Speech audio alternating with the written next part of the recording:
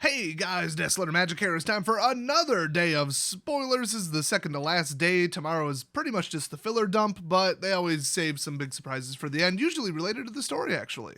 And I think tomorrow, if I have time, I'll be covering the actual story, at least what they're going to tell us without buying the book. That was posted on Daily MTG a while ago, actually.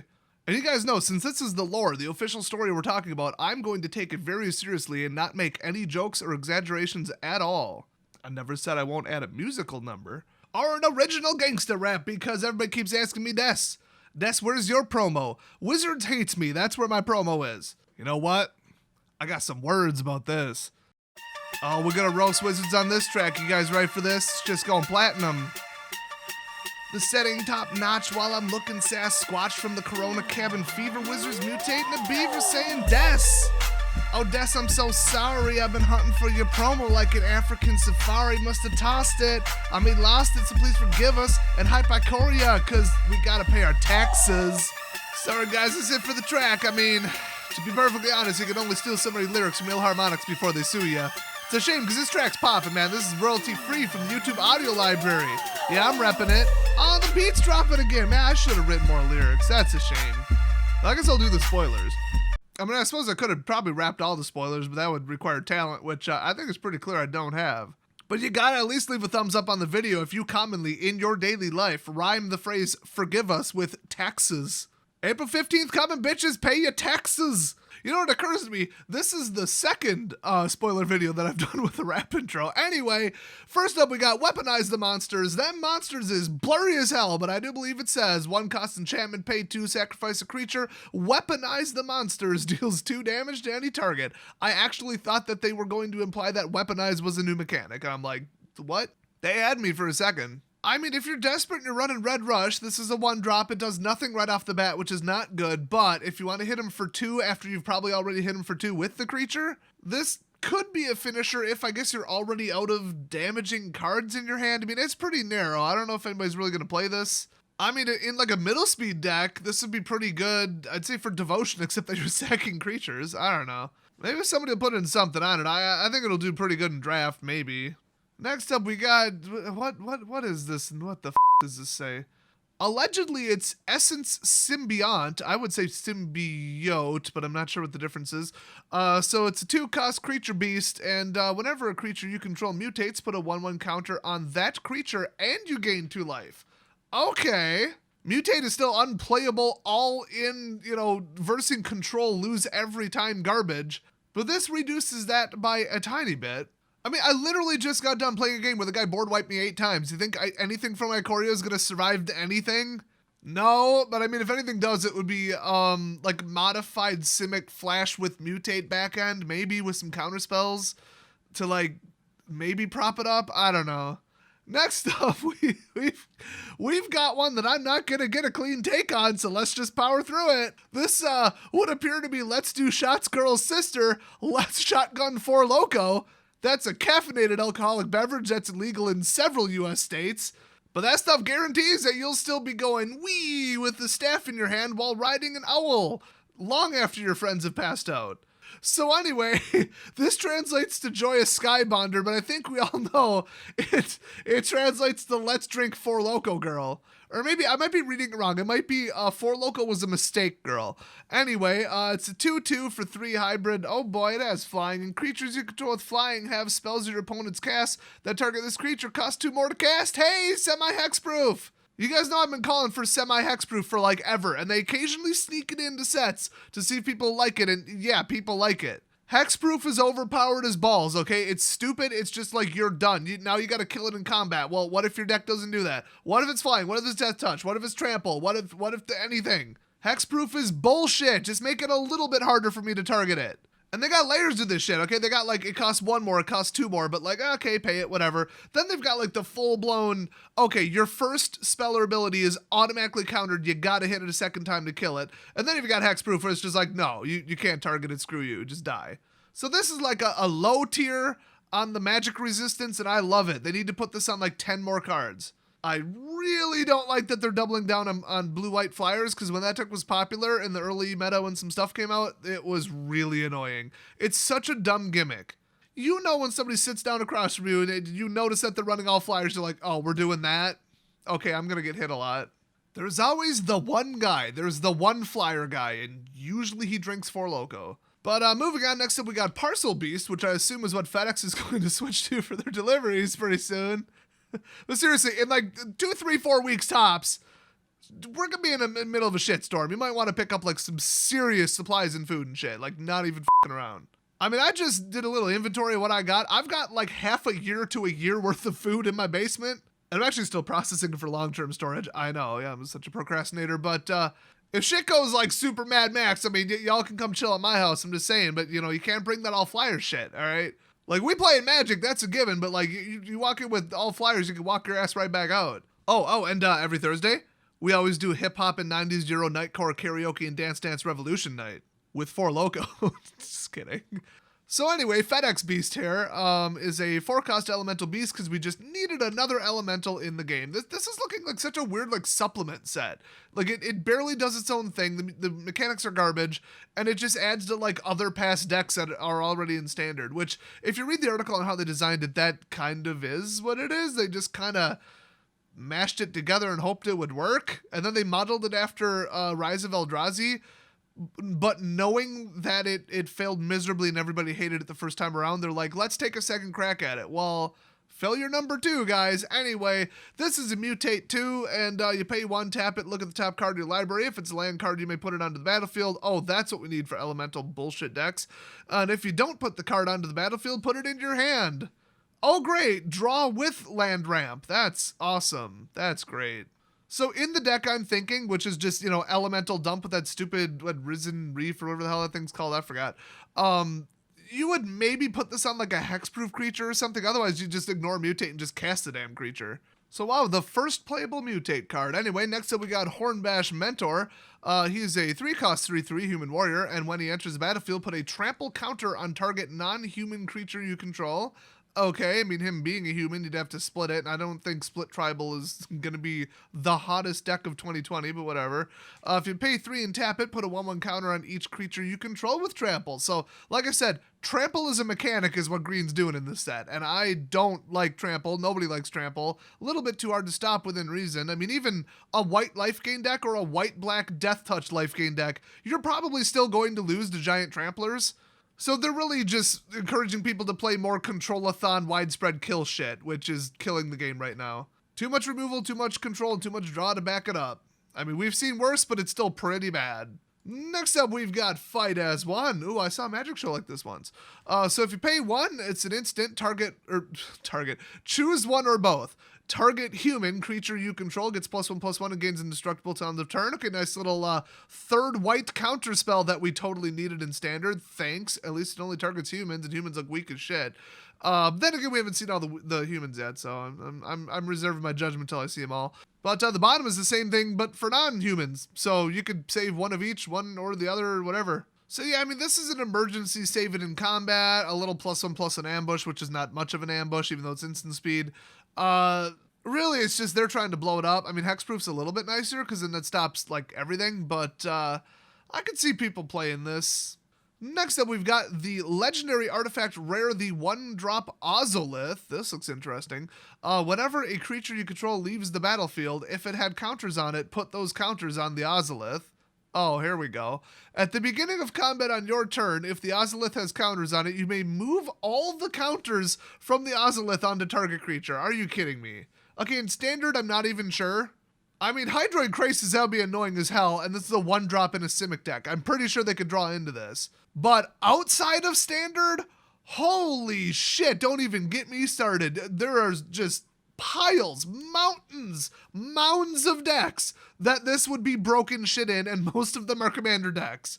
And remember, this is leaves the battlefield, not dies, so you could flicker it and get this effect, and then keep the thing that had the source of the counters. It might even have an ETB add counters effect. Wouldn't that be fun? Nothing about this immediately screams infinite combo, but like, you ever heard of a card called Atraxa?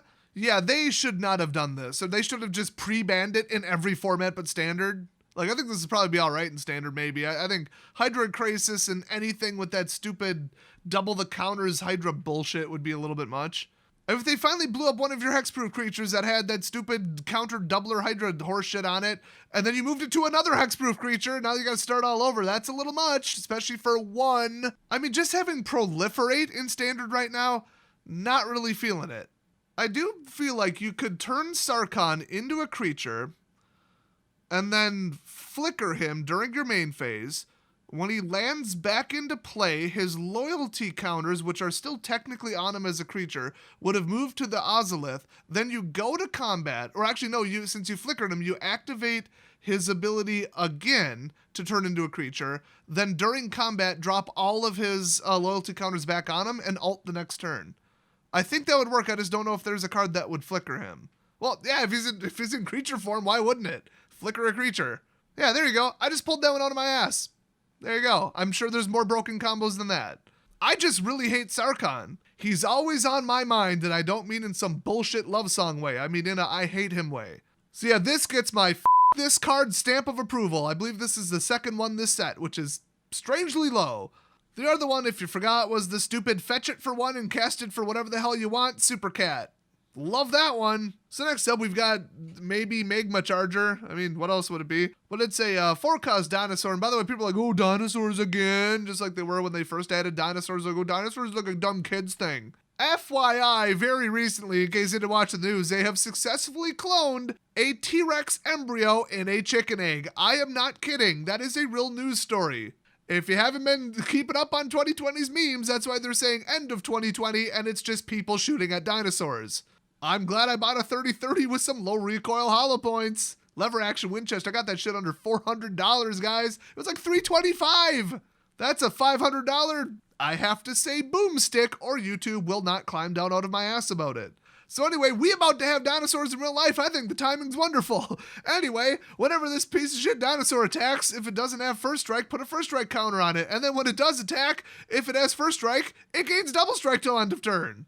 So it attacks once and gains first strike. Well, because first you cast it sits there because it doesn't have haste. Then you swing with it once and give it first strike. Then, if the counter's still there, you swing again and it gets double strike. That's kind of neat. And I think double strike on a 3-3, like for 4, is kind of appropriate. It's a little bit of a waiting game. Gives your opponent an appropriate amount of time to respond. Well, it gives you an appropriate amount of time to maybe boost us up with equipment or, pull a boost spell or grant a trample. So, kind of a fun, interesting card. I mean, they should do more fun, interesting cards like this, where it's like, oh, I might be able to do something with that. Instead of like, oh, Teferi, I'm going to shut down the whole game, you. I don't think Wizards even knows what fun and interesting means anymore. So next up, we've got Heartless Act. No, don't execute the kitty. Just because he's a vicious man-eating beast that looks like he has blood on his giant fangs and he's the size of a Volkswagen. Anyway, you pay 2, and it's an instant. You choose one. Destroy target creature with no counters on it. Oh, that's helpful. Or remove up to 3 counters from target creature. Neither one of those are good enough. Just play the devotion kill thing that basically costs 2. Next up, we've got Das Reptilische Spiegelung. Spiegelung. What's that? Do you hear my great-grandparents rolling over in their German graves? So this one says, Immer wenn du ein Karte, you know what? We're just going to do the English version. It's a 3-cost red enchantment, or Verzauberung, and whenever you cycle a card, you may have Reptilian Mirroring, which is apparently what this says, become a 5/4 dinosaur with trample and haste, in addition to its other types until end of turn. Oh, there was a card like this in Ixalan, I thought. I think it was like Form of the Dinosaur, but I might be way off there. That might have been that life total thing. I mean, yeah, that's pretty good for 3, but like you can't really rely on it. You're not really losing a card, but it's guaranteed to be a non-land, and you're not guaranteed to pull a non-land, so you might be throwing away a card about a third of the time. And players do not like might. They like definite, as predictable as possible, as consistent as possible. And even Wizards said they don't like relying on luck because it just feels like luck won the game, and like deck building won the game, and probability won the game, and net decking won the game. They want a lot of modal decisions and a lot of player decisions, timing decisions, like removal decisions, that kind of stuff. They want the player to feel like they're playing, because then it's skill and timing and, predicting your opponent's deck and that kind of stuff, which I agree with that. So this being a little bit unpredictable, I don't like it, and I don't think anybody's going to like it. I don't think many people are going to play this. And next up, we have the French card. It is Officier du Poste de Contrôle. I didn't think French did the little hats on the O's. I don't know what the hell that is. Or is it a little French mustache above the O? Oh my gosh, that's what it is. You think they'll ever stop giving spoilers to foreigners just because of me, just because of my channel? Anyway, this is Checkpoint Officer, and he gonna get that corona. He gonna corona test you, but 6 feet away with that little pokey neck thing. They call it Le Social Distance Stick. Did y'all hear that a tiger at a zoo tested positive for coronavirus? What the f*** is going on? Everybody who can legally do so, go buy a shotgun. I'm just throwing it out there. I see you're gonna need a shotty, because I'm sure I can't say that word one more time. You're gonna need some low recoil buckshot, that's good shit, and you're gonna need like a pallet of 4 Loko. Wait, no. Red Bull, because you gotta keep it sharp when you're dinosaur hunting, or tiger hunting. What even is this video anymore? So Corona Enforcement Officer here is a 2-cost human soldier. You pay 2 and you tap a target creature. I'm starting to think that all the humans do in this set is tap shit down and hide. I am yet to see any singular human with a strategy that involves winning the game in any way at all. I'm actually starting to think the humans were put into the set like as a joke. Now, I don't speak French, but I'm pretty sure that says something to the effect of General Kudo put into place really strict security measures for anybody entering the city of Draneth. And that second half, I have absolutely no idea, and I'm too lazy to type it into a translator. And next up, we got the card that people keep saying is cute until they look closer at it. That is just too many limbs. I cut it off at 4, and maybe you haven't seen the eyes yet. Okay, not so cute. I like the 2 tails, though. That's very Sonic the Hedgehog. You know what? I don't know what the hell a Helica Glider is, so I'm just going to call him Tails. So Tails here, the Nightmare Squirrel, is a 2/2 for 3, and it enters the battlefield with your choice of a flying counter or a first strike counter. Wow, that almost makes up for it being complete shit. I mean, in a sealed pool or in a draft, you could technically hold off your opponent for several swings while you get your shit together with a 2/2 first striker. And I mean, you're looking like turn 3, if you drop this turn 3, you're looking at a 10 swing win from there, minimum. If they can't, either obliterate it or block it in the air. So, not terrible, but in constructed, I just don't see it unless you're going to do something funny with like counters or equipment or, I guess an all flying blue-white deck, but there are better ones that aren't this. And next up, we got a Majestic Auricorn, which I'm sure is way better than a unicorn. I assume that implies it has a different number of horns. I don't know what Ori is.